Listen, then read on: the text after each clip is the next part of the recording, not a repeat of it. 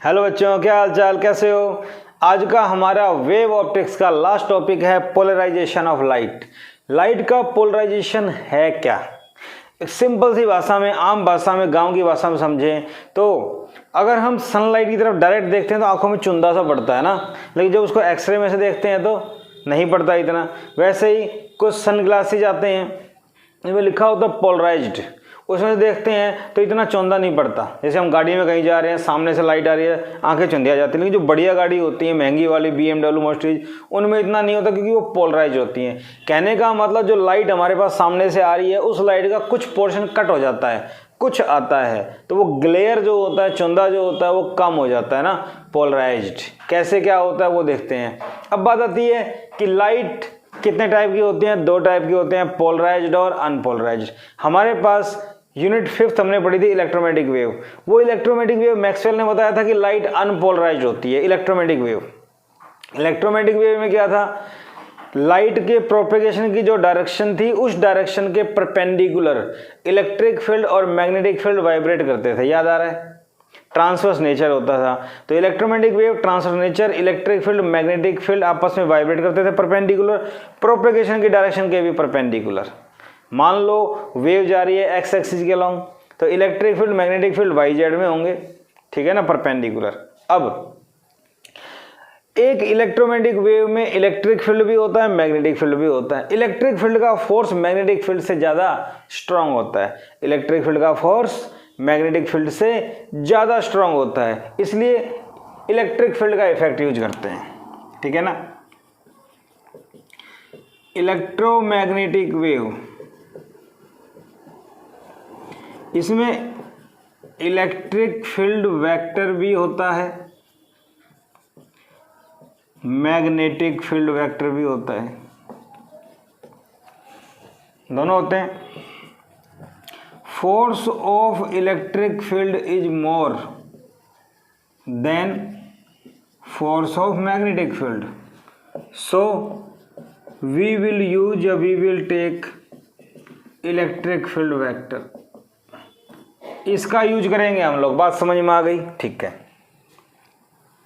इसके साथ साथ इधर प्रोपेगेशन है वेव का, इधर इलेक्ट्रिक फील्ड है तो इधर मैग्नेटिक फील्ड हो गया।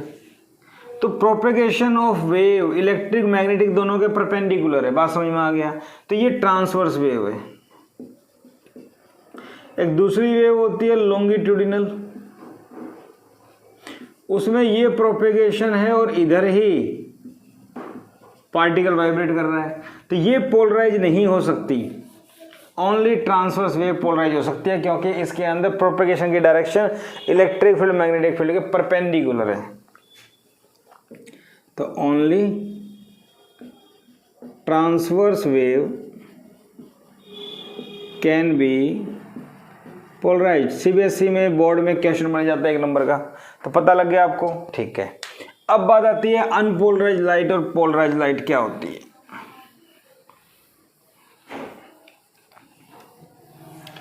देखो, अनपोलराइज्ड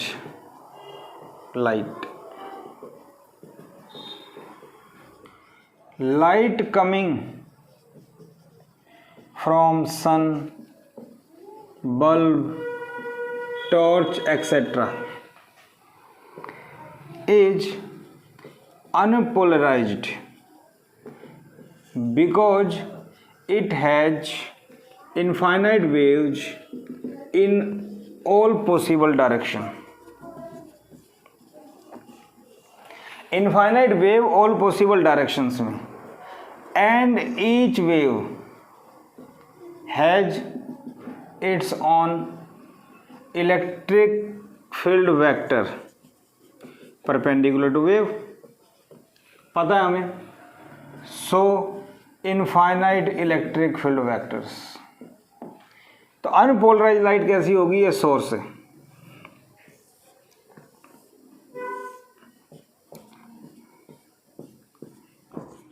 तो ये सारी वेव जा रही है। जैसे बल्ब लिया, चारों तरफ से स्फेरिकल वेव फ्रंट बनेगा, स्फेरिकल वेव फ्रंट। तो ये हमारे पास सोर्स है इनफाइनाइट वेव। हर वेव का एक इलेक्ट्रिक फील्ड वेक्टर, मान लो ये वेव है तो इसका इलेक्ट्रिक फील्ड वेक्टर इधर होगा, ये वेव है इसका इधर होगा, ये वेव है इसका इलेक्ट्रिक फील्ड वेक्टर इधर होगा, और ये वेव है तो इसका इधर। इसका मतलब ये सारी की सारी वेव हैं तो सारे के सारे इलेक्ट्रिक फील्ड वेक्टर भी हैं। Yes, if we resolve these electric field vectors along x and y axis, मान लो ये x एक्सिस है और ये y एक्सिस है, तो ये x एक्सिस ये y एक्सिस इनको रिजोल्व कर दो तो ये इस टाइप से कंपोनेंट बन जाएंगे, हाँ या ना। ये x एक्सिस ये y एक्सिस, ये भी इलेक्ट्रिक फील्ड वेक्टर ये भी इलेक्ट्रिक फील्ड वेक्टर, तो प्रोपेगेशन किधर हो गया, इधर। प्रोपेगेशन क्या हो गया, आउटवर्ड। या मैं इसको ऐसे बनाऊं, इधर प्रोपेगेशन, एक वेव ये दूसरी वेव डॉट से, एक वेव ऐसे जा रही है दूसरी वेव ऐसे जा रही है, तो इसका मतलब क्या हुआ, अनपोलराइज्ड लाइट ऐसे भी हो सकती है और ऐसे भी हो सकती है। जनरली हम लोग ये वाली यूज करेंगे, इधर इलेक्ट्रिक फील्ड वेक्टर इधर इलेक्ट्रिक फील्ड वेक्टर, प्रोपेगेशन इधर या इधर। बात समझ में आ गई। तो अनपोलराइज्ड लाइट में इलेक्ट्रिक फील्ड वेक्टर कोई दो एक्सिस के लोग होंगे, एक्स या वाई, वाई या जेड, जेड या एक्स, ठीक है। तीसरी जो बच गई उसके अंदर प्रोपेगेशन होगा, ठीक है। इतनी बात समझ में आ गई। ऑर्डिनरी लाइट जो होती है उसमें infinite wave, infinite electric field vector, उसको रिजोल्व कर देंगे तो ये ऐसे होता है। अब पोलराइज लाइट क्या होती है, पोलराइजेशन क्या होता है, ये देखना है हमें। Polarisation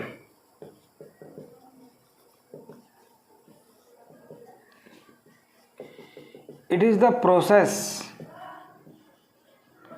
of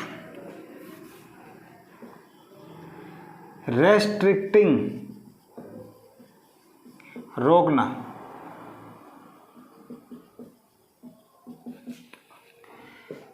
the vibrations of, electric field magnetic field का वाइब्रेशंस होते हैं, electric field vectors of unpolarised light into a particular plane or axis, plane और लाइन। इनफाइनाइट प्लेन में होगा, एक प्लेन में लेके आना है।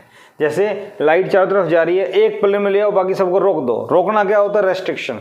उसको क्या बोलते हैं, पोलराइजेशन। कहने का मतलब लाइट में इनफाइनाइट वेव है, उसमें से कुछ रख ली एक प्लेन में, बाकी सब रोक दी। इसका मतलब लाइट की जो ग्लेयर है, ब्राइटनेस है, वो कम हो गई, वही पोलराइजेशन है। बात समझ में आ गई। इनटू ए पर्टिकुलर प्लेन, इसको क्या बोलते हैं, पोलराइजेशन, ठीक है। How to polarise light, polaroids are used. Question आता है पोलरॉइड्स क्या होते हैं, तो इस टाइप से हमारे पास ना डिवाइस होते हैं। यहाँ पे इस टाइप से ये शेप आती है,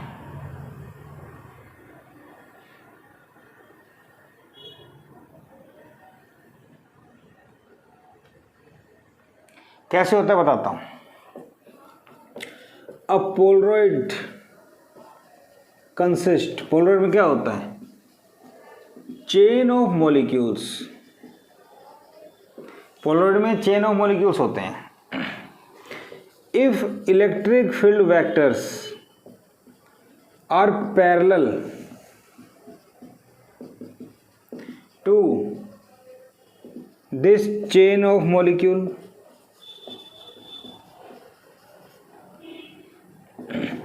it is absorbed.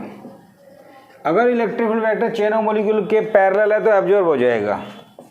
And if electric field vectors are perpendicular to chain of molecule, then electric field vectors are transmitted. Generally इसके ऊपर भी क्वेश्चन आ जाता है, ध्यान रखना।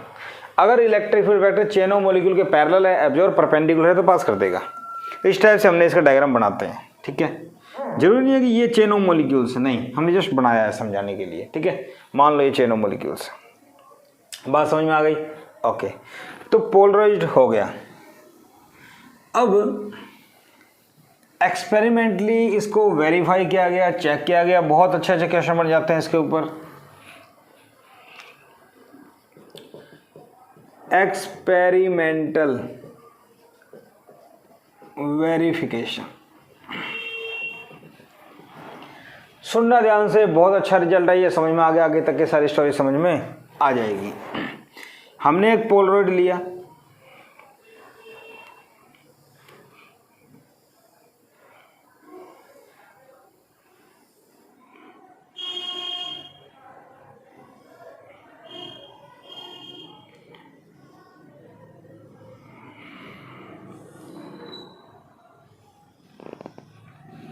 स्टार्टिंग से शुरू करते हैं। जो लाइट को पोलराइज करेगा उसको पोलराइजर बोलेंगे, ठीक है।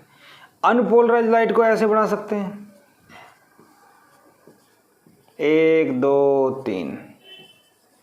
अनपोलराइज्ड लाइट,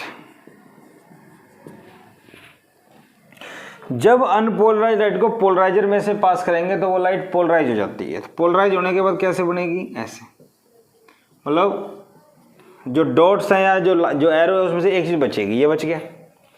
अब ये लाइट पोलराइज है या नहीं हमें क्या पता? क्यों? क्योंकि इलेक्ट्रिक फील्ड वेक्टर्स को हम लोग देख नहीं सकते, तो हमें क्या पता। तो उसका पता लगाने के लिए हमने एक पोलराइड और रखा। बात समझ में आई? इस पोलराइड का मकसद है लाइट को चेक करना कि वो पोलराइज है या नहीं। तो लाइट को चेक कर रहा है, एनालाइज कर रहा है कि लाइट पोलराइज है या नहीं, इसलिए इसको क्या नाम दे दिया? एनालाइजर, ठीक। अब एनालाइजर इनिशियली इसके पैरेलल है, पैरेलल है तो ये light I.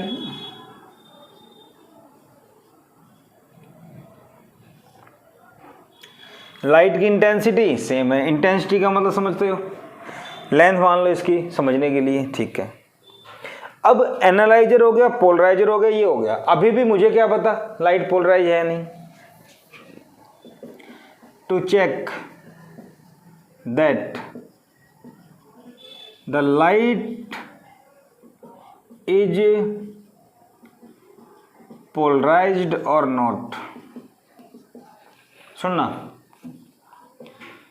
Rotate the analyzer, ठीक है। Slowly slowly, if intensity of light,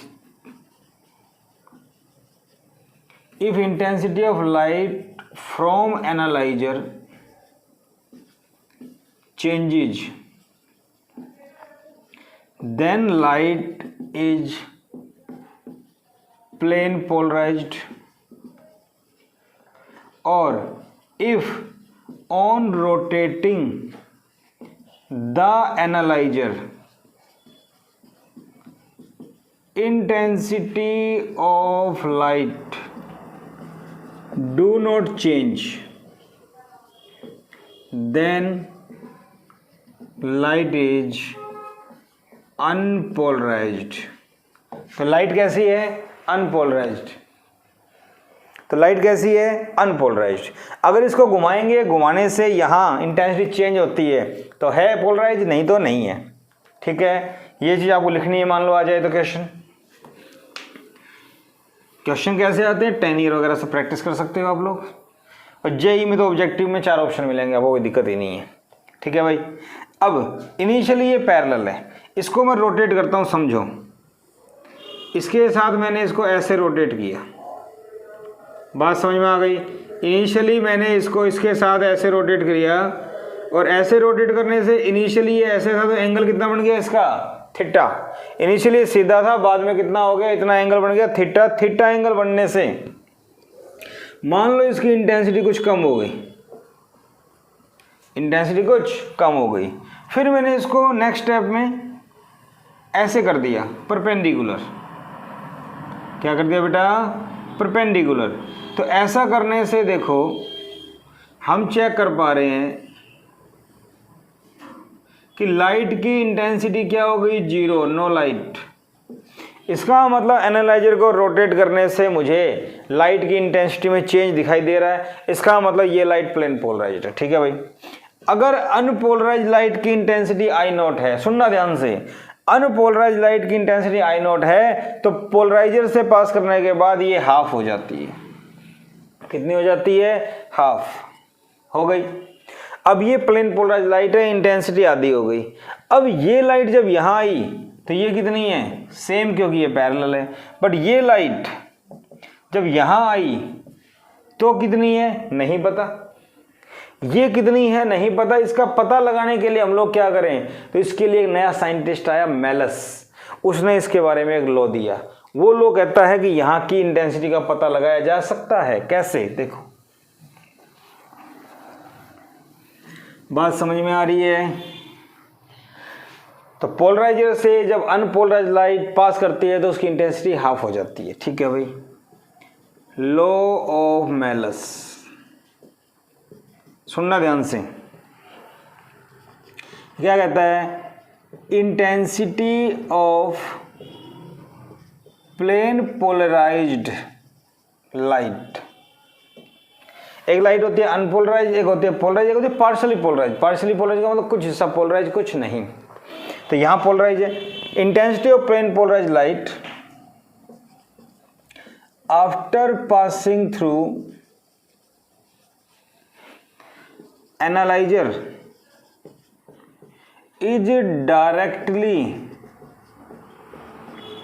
proportional to square of cosine of angle between polarizer and analyzer। Polarizer और एनालाइजर के बीच में जो एंगल होगा उसके कॉस का square, I proportional to cos square theta। Theta is the angle between polarizer and analyzer। Angle between polarizer and analyzer। I intensity of light from polarizer। समझ गए कैसे? ये पोलराइजर, यहां इंटेंसिटी I0, तो यहां कितनी होगी? ये प्लेन पोलराइज लाइट है, यहां कितनी होगी? 2I0। 2I0 तो आधी हो गई। ये ऐसे दिया हुआ है, ये एंगल दिया हुआ है थीटा। समझ में आ गई बात? तो ये जो इंटेंसिटी होगी I, ये proportional to cos square theta, इन दोनों के एंगल के बीच में। बात समझ में आ गई? तो ये होता है लॉ ऑफ मेलस। ठीक है भाई। अब इसका प्रूफ करते हैं। प्रूफ पेपर में पूछ लेते हैं कई बार। अब आपको पता है कि इंटेंसिटी क्या होती है? Square of amplitude. इंटेंसिटी क्या होती है? Square of amplitude. ए क्या मान लिया? Amplitude of wave. कौन सी वेव? पोलराइज्ड। तो मान लो ए एम्पलीट्यूड है पोलराइज्ड वेव का, वेक्टर फॉर्म में लेते हैं। ठीक है। तो इसमें एनालाइजर कुछ एंगल पे है, थीटा एंगल पे, एनालाइजर कुछ एंगल पे है। तो इस एम्पलीट्यूड को अगर मैं तोड़ूं तो यहां तो आएगा ए कोस थीटा, इसके परपेंडिकुलर आएगा ए साइन थीटा। हाँ या ना? इस एम्पलीट्यूड को अगर तोड़ता हूं तो ए कोस थीटा ए साइन थीटा। पैरेललोग्राम अगर पूरा करें तो ये इस टाइप से बनेगा। हाँ या ना? तो ये एनालाइजर है। ठीक। तो intensity of light from analyser, analyser से जो लाइट की इंटेंसिटी आएगी, देखो ये एनालाइजर है, इसके पैरेलल कौन सा कंपोनेंट है? A cos theta. तो intensity of light proportional to square of amplitude. Amplitude क्या है भाई, A cos theta, square A square cos square theta. Proportionality को हटाया तो कांस्टेंट आया के। अब ये तो आप इंटरफेरेंस में पढ़ चुके हो, के स्क्वायर इंटेंसिटी। तो पोलराइजर में पहले कितनी इंटेंसिटी, देखो पोलराइजर से अनपोलराइज लाइट पोलराइज हुई, पोलराइज हो गए मान लो कितनी आई, आई नॉट। तो ये I naught intensity of polarise light. अब वो पोलराइज लाइट एनालाइजर में से पास करेगी तो कितनी होगी, दोनों के एंगल पे डिपेंड करेगा। तो इंटेंसिटी ये आप समझो, ये एनालाइजर है, तो ये आई है, ये आई नोट है। तो आई नोट जो यहां से आई वो, और यहां से पास करके जो आई वो आई नोट कॉस स्क्वायर थीटा, दोनों के एंगल पे डिपेंड करेगी। बात समझ में आ गई। तो I equal to I naught cos square theta. तो एनालाइजर से कितनी इंटेंसिटी आएगी उसका पता लग गया भाई, मेलस ने मुझे बता दिया। बहुत अच्छा काम कर दिया इसने, धन्यवाद। हमारा इसका यूज करके हमारे सवाल सोल्व हो जाएंगे, है ना। अब देखो क्वेश्चंस कैसे बनते हैं, बहुत अच्छे क्वेश्चंस है, बोर्ड एग्जाम्स में जरूर आते हैं इसके ऊपर, नीट जेई में भी आ जाते हैं। पहला question, two polaroids are placed in crossed position. Crossed position का मतलब परपेंडिकुलर, ध्यान रखना। Where should a third polaroid be placed such that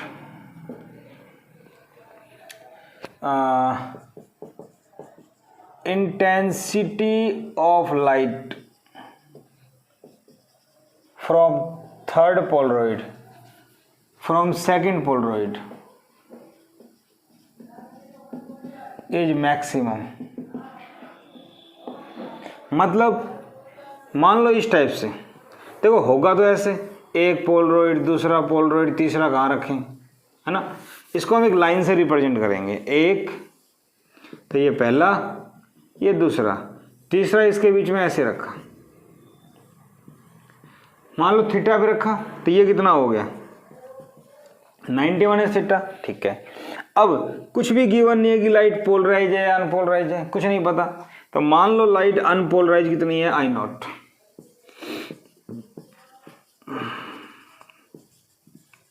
मान सकते हैं अनपोलराइज लाइट जब पोलराइज होगी तो कितनी हो गई, हाफ, ठीक है। अब अनपोलराइज लाइट पोलराइज होगी, ये लाइट जब यहां जाएगी थीटा एंगल पे तो यहां कितनी हो जाएगी, मान लो I1। अब ये जब यहां जाएगी तो कितनी हो जाएगी, I2। बात समझ रहे ना, कि पोलरॉइड में से जब पास करेंगे तो चेंज होगी, कितनी चेंज होगी, ये इक्वल टू पहले वाली इंटू में कॉस स्क्वायर एंगल। तो I1 क्या होगा, I0/2 जो पहले था, cos square theta first. I2 क्या होगा, पहले वाली कॉस स्क्वायर, ये एंगल कितना है 90 माइनस थीटा। तो I2 हो गया I1 साइन स्क्वायर थीटा। बात समझ में आ गई। अब यहाँ पे I1 की वैल्यू पुट करो। I1 क्या है, I0/2 cos square theta. I1 की वैल्यू पुट कर दी, साइन स्क्वायर थीटा यहाँ पे था। अब एक फॉर्मूला होता है 2 साइन थीटा कॉस थीटा, अरे होता है ना। तो उसके लिए क्या करें, 4 से मल्टीप्लाई, 4 से डिवाइड। क्यों, I0/8 4 sine square theta cos square theta लिख सकता हूँ, 2 साइन थीटा कॉस थीटा, पूरे का स्क्वायर लिख सकता हूँ भाई। क्वेश्चन को हटा दें तो I2 मेरे पास आ गया I0/8 साइन 2 थीटा का होल स्क्वायर, ठीक है।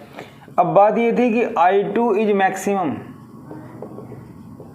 इंटेंसिटी यहां से मैक्सिमम कब होगी, ये तो कांस्टेंट है, जब ये मैक्सिमम होगा, when sine square 2 theta is max.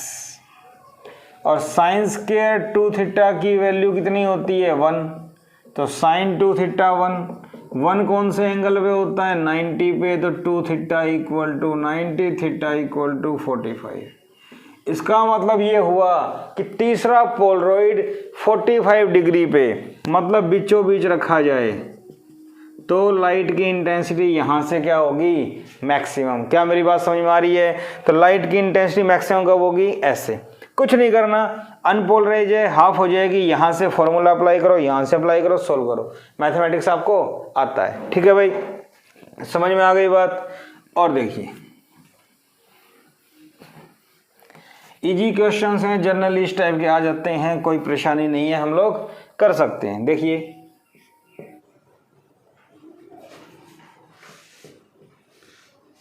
JEE ने 2018 में पूछा, unpolarised light is passed through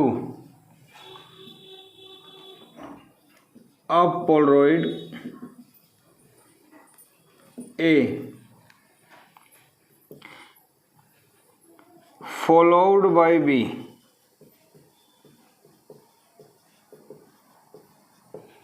followed by Polaroid B. Intensity of light is I by 2 and I B intensity of unpolarized light, ठीक है। If a third Polaroid is placed between them, intensity becomes, intensity from B becomes I by 8. Find angle made by C with A. एक question और पूछा गया था parallel में 18 में, उसमें इंटेंसिटी I by 3 कर दी थी, ठीक है, कोई इशू नहीं है। तो देखो ये पोलरॉइड इंटेंसिटी I by 2 हो गई, अनपोलराइज पोलराइज्ड। अब B से भी I by 2 ही आ रही है, इसका मतलब ये इसके पैरेलल है। क्या मेरी बात समझ में आ रही है? आ रही है बात समझ में, ठीक है। अब इसके बाद इन दोनों के बीच में एक और रखा,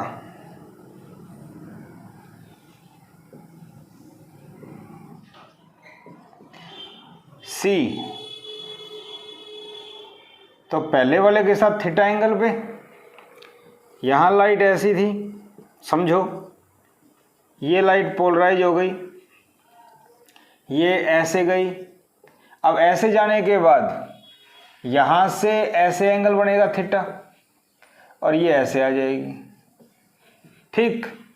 तो ये इंटेंसिटी कितनी थी I, यहां से कितनी हो गई I by 2, यहां से कितनी मान लें I1, यहां से कितनी मान लें I2। बात समझ में आ गई, ठीक है। अब देखो I1 क्या होगा, I by 2 cos square theta, ठीक है। I2 गिवन है I by 8, I1 हो गया I by 2 cos square theta, I2 क्या होगा I1 cos स्क्वायर थीटा, फिर से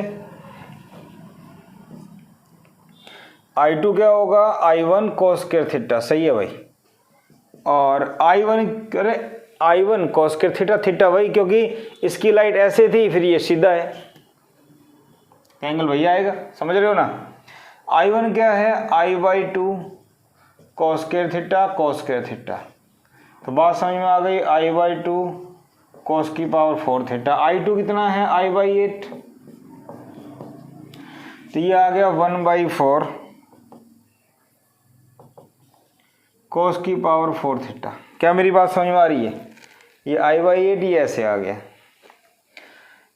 तो cos स्क्वायर थीटा रूट करेंगे 1 by 2, cos थीटा फिर से रूट करेंगे, ये आ गया।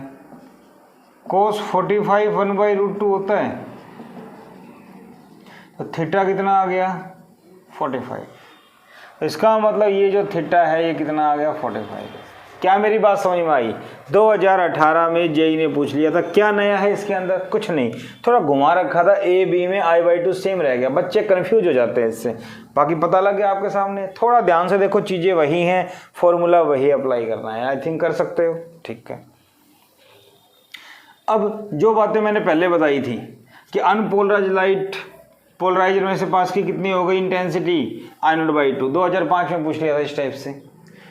लाइट कौन सी पोलराइज हो सकती है, ट्रांसवर्स लॉन्गिट्यूडिनल, ये भी आया हुआ है जेई में। तो इस टाइप से क्वेश्चंस आ जाते हैं, मेरे ख्याल से आप लोग कर सकते हो। अगर मैं एक क्वेश्चन आपको दूं, एक पोलरॉइड दूसरा क्रॉस पोलरॉइड, तीसरा पोलरॉइड यहाँ रखा, ये 30 पे ये 60 पे, ये लाइट आपको अनपोलराइज नहीं पोलराइज दे रखी है I0, ध्यान रखना अनपोलराइज नहीं है पोलराइज दे रखी है। Find intensity from second Polaroid, मेरे ख्याल से कर सकते हो अपने आप सेकंड से।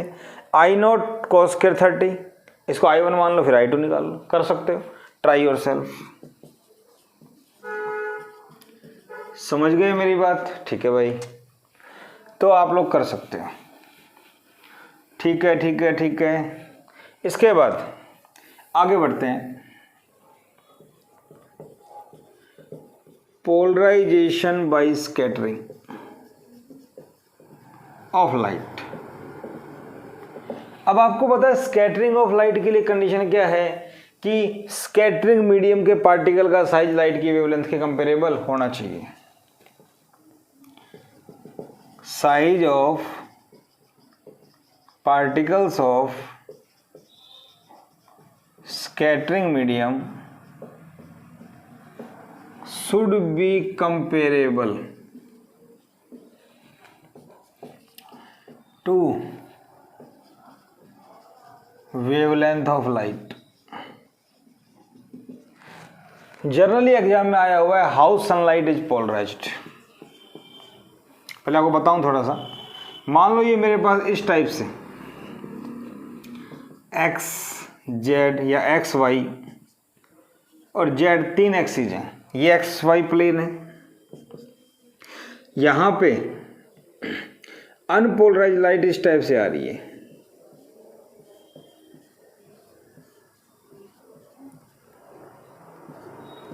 ठीक है। तो अनपोलराइज्ड लाइट जेड एक्सिस के थ्रू आ रही है, एक्स वाई प्लेन में एंटर करती है। मैं जो बोल रहा हूं वो आपको लिखना है, ठीक है। When unpolarized light moves from z axis to x y plane, then it gets scattered due to scattering medium of xy plane, ठीक है। The scattered light is unpolarized when we observe along x-axis, when we observe along x-axis we found that light is polarized along y-axis। जो मैंने बोला आपको लिखना है, when we observe along x-axis light is polarized along y-axis, when we observe along y-axis light is polarized along x-axis। मतलब ये तो लिखने की बात हो गई। हमें कैसे पता लगेगा लाइट पोलराइज है? यहाँ पे एक पोलराइड रखो, उस पोलराइड को घुमाओ, जब उस पोलराइड को घुमाओगे तो वो जब ऐसे होगा तब लाइट की इंटेंसिटी आपको मिलेगी। उसके बाद आप घुमाते रहो, वो जीरो हो जाएगी। इसका मतलब लाइट की इंटेंसिटी चेंज हो रही है, इसका मतलब पोलराइज है, यहाँ मैक्सिमम है, तो ये इसके पैरेलल है। ऐसे ही यहाँ पे घुमाओ। तो पोलराइजेशन बाय स्कैटरिंग, अगर अनपोलराइज लाइट एंटर करती है एक मीडियम में तो उसकी जो एक्सिस है उसके अलोंग हम ऑब्जर्व करेंगे तो लाइट पोलराइज होगी, ठीक है। बात समझ में आ गई? ओके, तो ये तो ठीक है, जनरली ना बेसिक सा कंसेप्ट था। अपनी एनसीईआरटी कहती है, अपने बोर्ड एग्जाम में क्वेश्चन एनसीईआरटी से आता है, तो how sunlight is polarized. Sunlight कैसे पोलराइज होती है? देखो, एटमॉस्फेयर है, पार्टिकल्स हैं, ये सनलाइट चल के आ रही है इस टाइप से,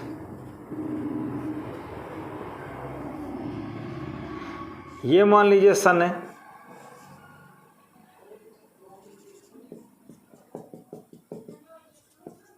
सन, अनपोलराइज्ड लाइट, अनपोलराइज्ड लाइट आ गई सन से, ठीक है। यहां मान लो ऑब्स्टेकल है, ऑब्स्टेकल से लाइट टकराई,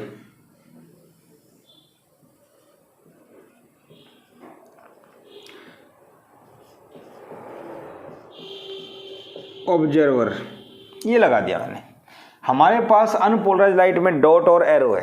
सुनना, हिंदी में बता रहा हूँ पहले। अनपोलराइज्ड लाइट जब यहाँ जाएगी, मान लो एटमॉस्फेयर में ये पार्टिकल है, ये इसे टकराएगी, तो किसी भी एटम में इलेक्ट्रॉन्स होते हैं, वो इलेक्ट्रॉन्स वाइब्रेट करना शुरू कर देंगे in the direction of electric field vectors. तो इलेक्ट्रिक फील्ड वेक्टर ऐसे हैं तो ऐसे वाइब्रेट करेंगे, और डॉट है तो ऐसे। तो इलेक्ट्रिक फील्ड वेक्टर्स की डायरेक्शन में इलेक्ट्रॉन वाइब्रेशन स्टार्ट कर देते हैं। डॉट में ऐसे और ऐसे, ऐसे और ऐसे, डॉट के अलोंग ऐसे ऐसे। अब एक ऑब्जर्वर प्लेस कर दिया perpendicular to direction of sunlight इधर। तो यहां से एक ऑब्जर्वर ने देखा लाइट पोलराइज दिखाई दे रही है। क्यों? क्योंकि जो इलेक्ट्रॉन का वाइब्रेशन इस साइड है, वो रेडिएशन एमिट करेगा वाइब्रेशन के परपेंडिकुलर, तो इधर तो करेगा नहीं, तो इधर कोई लाइट नहीं आनी। लेकिन जो वाइब्रेशन ऐसे है उसकी लाइट आएगी इधर, तो वो दिखाई देगी। तो एक ही डायरेक्शन में, एक ही प्लेन में लाइट दिखाई दे रही है, इसलिए लाइट पोलराइज्ड है। प्लेन पोलराइज्ड लाइट, बात समझ में आ गई। अब आपको लिखना कैसे है, देखो। When sunlight moves through atmosphere, when it strike any atmospheric obstacle particle, the electrons in that atom start vibrating in the direction of electric field vectors along arrow, along dot. When an observer is placed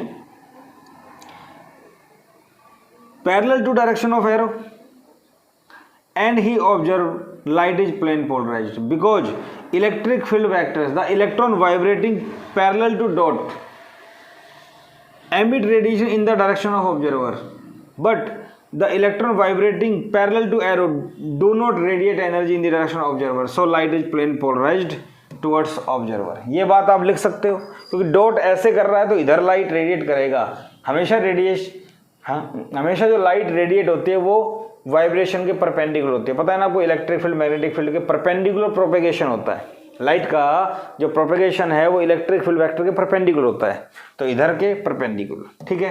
sunlight polarise ऐसे होगी, लिख सकते हो आप अपनी language में, ठीक है बेटा। 2 नंबर का क्वेश्चन आ जाता है, हम लोग कर सकते हैं। तो पोलराइजेशन बाय स्कैटरिंग कर लोगे। इसके बाद बात आती है polarization by reflection. Polarization by reflection में क्या करना है, मान लो ये मेरे पास एक इंटरफेस है। इंटरफेस क्या होता है बेटा, जो 2 मीडियम को सेपरेट करता है। ये नॉर्मल हो गया, ठीक है। यहां पे अनपोलराइज लाइट आई, क्या आई? Unpolarise light. कैसे? ऐसे।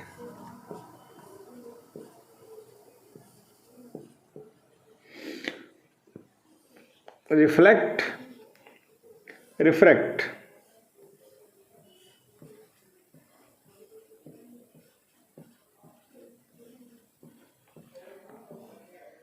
बात समझ में आ गई?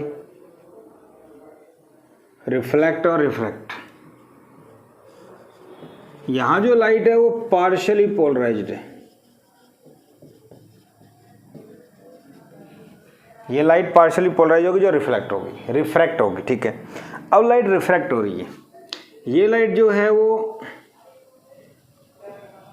पोलराइज्ड है। कैसे? ये मैंने लिखा IP, एंगल ऑफ पोलराइजेशन। सुनना ध्यान से, जब अनपोलराइज लाइट यहाँ पे इंटरफेस पे टकराएगी किसी भी एंगल पे, एंगल 0 से 90 तक कुछ भी हो सकता है, तो जब इनिशियली 0 से 90 तक धीरे धीरे एंगल को बढ़ाएंगे तो ये लाइट पार्शियली पोलराइज्ड, ये लाइट अनपोलराइज्ड। मेरी बात समझ रहे हो? तो ये लाइट भी पार्शियली पोलराइज्ड होगी, ठीक है। ये लाइट पार्शियली पोलराइज्ड होगी। धीरे धीरे एंगल को बढ़ाते जाओ, एक पर्टिकुलर एंगल आएगा जिसके ऊपर यहाँ सिर्फ डॉट जाएंगे और सारे एरो अंदर चले जाएंगे, उसको बोलते हैं एंगल ऑफ पोलराइजेशन। इसका मतलब जब सनलाइट, अनपोलराइज्ड लाइट एक इंटरफेस पे टकराएगी एक पर्टिकुलर एंगल पे, एंगल ऑफ पोलराइजेशन पे, बाकी सब एंगल पे लाइट अनपोलराइज होगी या पार्शियली पोलराइज्ड, उस पर्टिकुलर एंगल के ऊपर लाइट क्या होगी? पोलराइज्ड। ठीक है, reflected light is plane polarized और रिफ्रैक्टेड जो होती है वो पार्शियली पोलराइज्ड होती है हमेशा। ठीक है, ओके। तो मैं लिख सकता हूं when unpolarized light incident on interface at angle equal to angle of polarization, इसको ब्रीविस्टर्स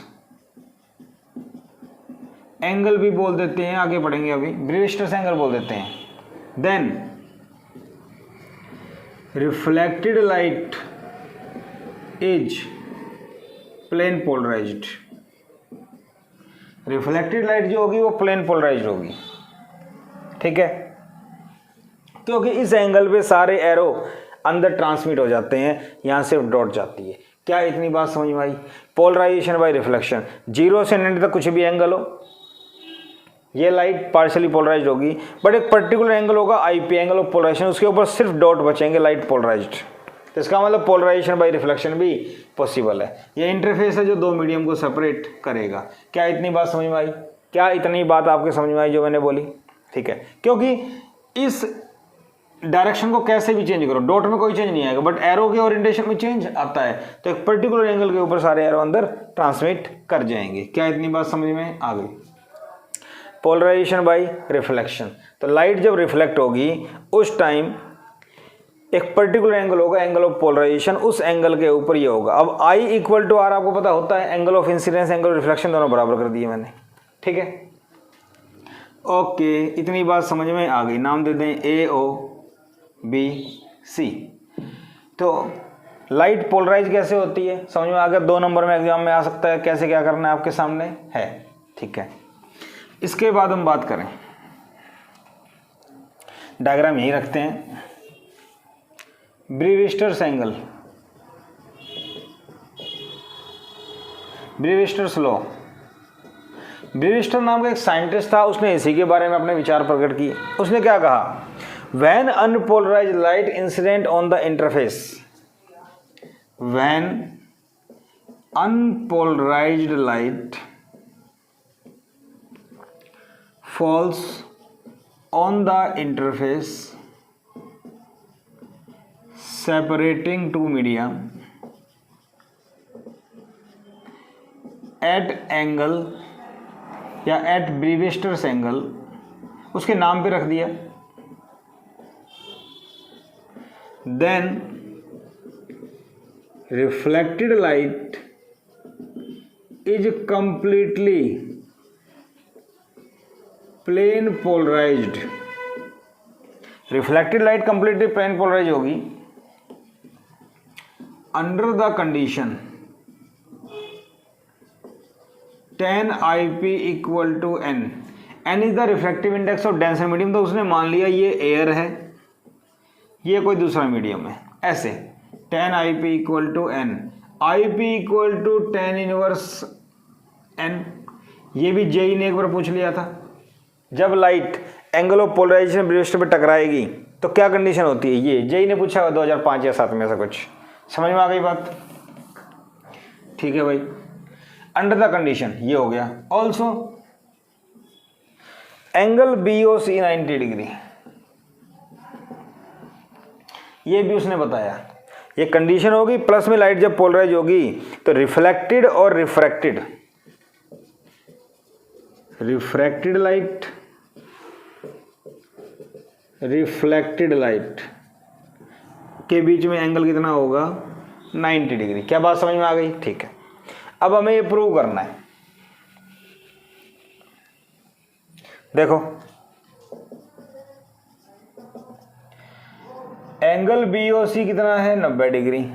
यहां देखें angle IP plus R। So from diagram से आप देखो IP ये 90 है तो IP plus R 90 degree, R 90 minus IP। बात समझ में आ गई? ठीक है। नाउ स्नेल्स लॉ क्या कहता है? स्नेल्स लॉ कहता है साइन IP बटे में साइन R, साइन IP बटे sine R equal to n, क्योंकि IP जिस मीडियम में वो एयर है उसका opposite. Sine IP sine R, R कितना है sine 90 minus IP, n sine IP बटे में कोस IP, n साइन बटे कोस क्या होता है tan IP equal to n। I think बात समझ में आ गई। tan IP equal to n prove हो गया। हम उल्टा प्रूव कर सकते हैं कि BOC परपेंडिकुलर होता है, एक ही बात है। जनरली CBSE में प्रूव करना आ जाता है कि करो, बहुत पहले आया था तो आप कर सकते हो। ब्रीविस्टर्स लॉ पे सारे कंसेप्ट मैंने आपको बता दिए। अनपोलराइज लाइट गिरेगी एक पर्टिकुलर एंगल के ऊपर, लाइट प्लेन पोलराइज्ड होगी। ये लाइट पार्शियली पोलराइज्ड, क्लियर है, और कैसे क्या होता है आपके सामने है। तो ये होता है बेटा ब्रीविस्टर्स लॉ। ठीक है भाई, ठीक है ठीक है ठीक है, पोलराइजेशन हो गया। अब बात कर लें यूज क्या हो सकते हैं इन सन ग्लासेस, गॉगल्स। गॉगल्स में यूज करते हैं, लिखा होता है पोलराइज ग्लेयर वगैरह को। इन कार्स मतलब व्हीकल्स, व्हीकल जो होते हैं कार में, जो ड्राइवर के सामने जो बड़ा ग्लास होता है उसकी बात कर रहे हैं हम। वो महंगी गाड़ियों में ज़्यादा पोलराइज होता है ताकि रात के टाइम ज़्यादा ग्लेयर ना पड़े। इन 3D मूवीज, 3D जो मूवी बनती है उसमें पोलराइजेशन का बहुत बड़ा रोल है, उसकी वजह से ये इफेक्ट आता है एक्सेट्रा। तो पोलराइजेशन का हमारी लाइफ में बहुत ज़्यादा इंपॉर्टेंस है। पोलराइजेशन बहुत ही आसान सा टॉपिक है, ग्लेयर कम करता है, सिंपल भाषा में समझे, मैंने शुरू में बताया था। छोटे छोटे क्वेश्चन बनते थे, मैंने सारे डिस्कस किए।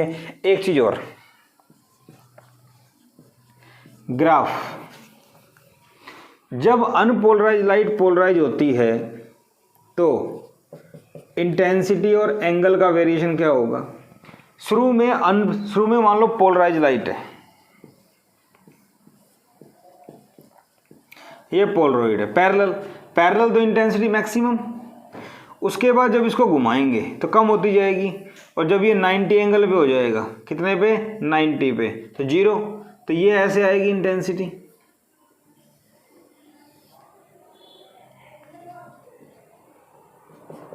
आई मैक्सिमम ये ऐसे,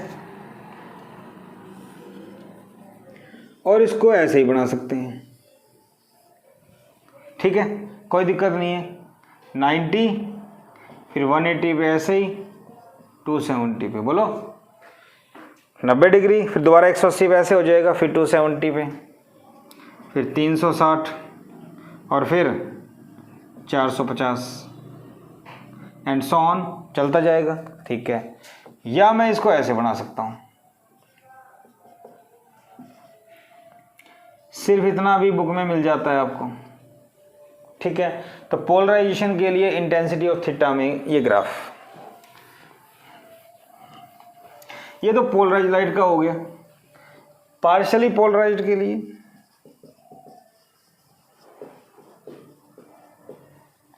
पार्शियली पोलराइज का मतलब लाइट का कुछ हिस्सा पोलराइज है, कुछ अनपोलराइज्ड है। तो ये लाइट अनपोलराइज्ड, और बाकी जो बच गया वो पोलराइज्ड है। तो बाकी जो बच गया वो पोलराइज्ड, वो ऐसे आएगा इस टाइप से, समझ गए। जो अनपोलराइज्ड है वो तो ब्राइटनेस रहेगी हमेशा, बाकी में चेंज होगा, इंटेंसिटी में चेंज होगा। तो मान लो कोई पूछ ले या जेई वगैरह में ऑब्जेक्टिव आ जाए तो इस टाइप से हम लोग कर सकते हैं। वही 90 270 180, समझ गए, कर सकते हो। ये 360। तो मेरे ख्याल से आपको सबको समझ में आ गया पोलराइजेशन होता क्या है, कैसे क्या, polarization by scattering, polarization by reflection, सब कर सकते हो आप। तो ये हमारा वेव ऑप्टिक्स का लास्ट टॉपिक था। मेरे ख्याल से कुछ नहीं बचा, हर टॉपिक हमने उसमें कवर किया। तो जुड़े रहिए, आपका अपना चैनल फोटो इलेक्ट्रिक इफेक्ट हम पहले कर चुके हैं, एटम न्यूक्लियाई हम इसके बाद करेंगे। तो आपका अपना चैनल फिजिक्स क्लासेस एंजॉय कीजिए, अपने पैसे बचाइए, ट्यूशन की कोई ज़रूरत नहीं है, सिर्फ पढ़िए घर पे बैठ के, सिर्फ नेट होना चाहिए आपके पास। कंप्लीट लेक्चर्स हम डाल रहे हैं। Thank you very much.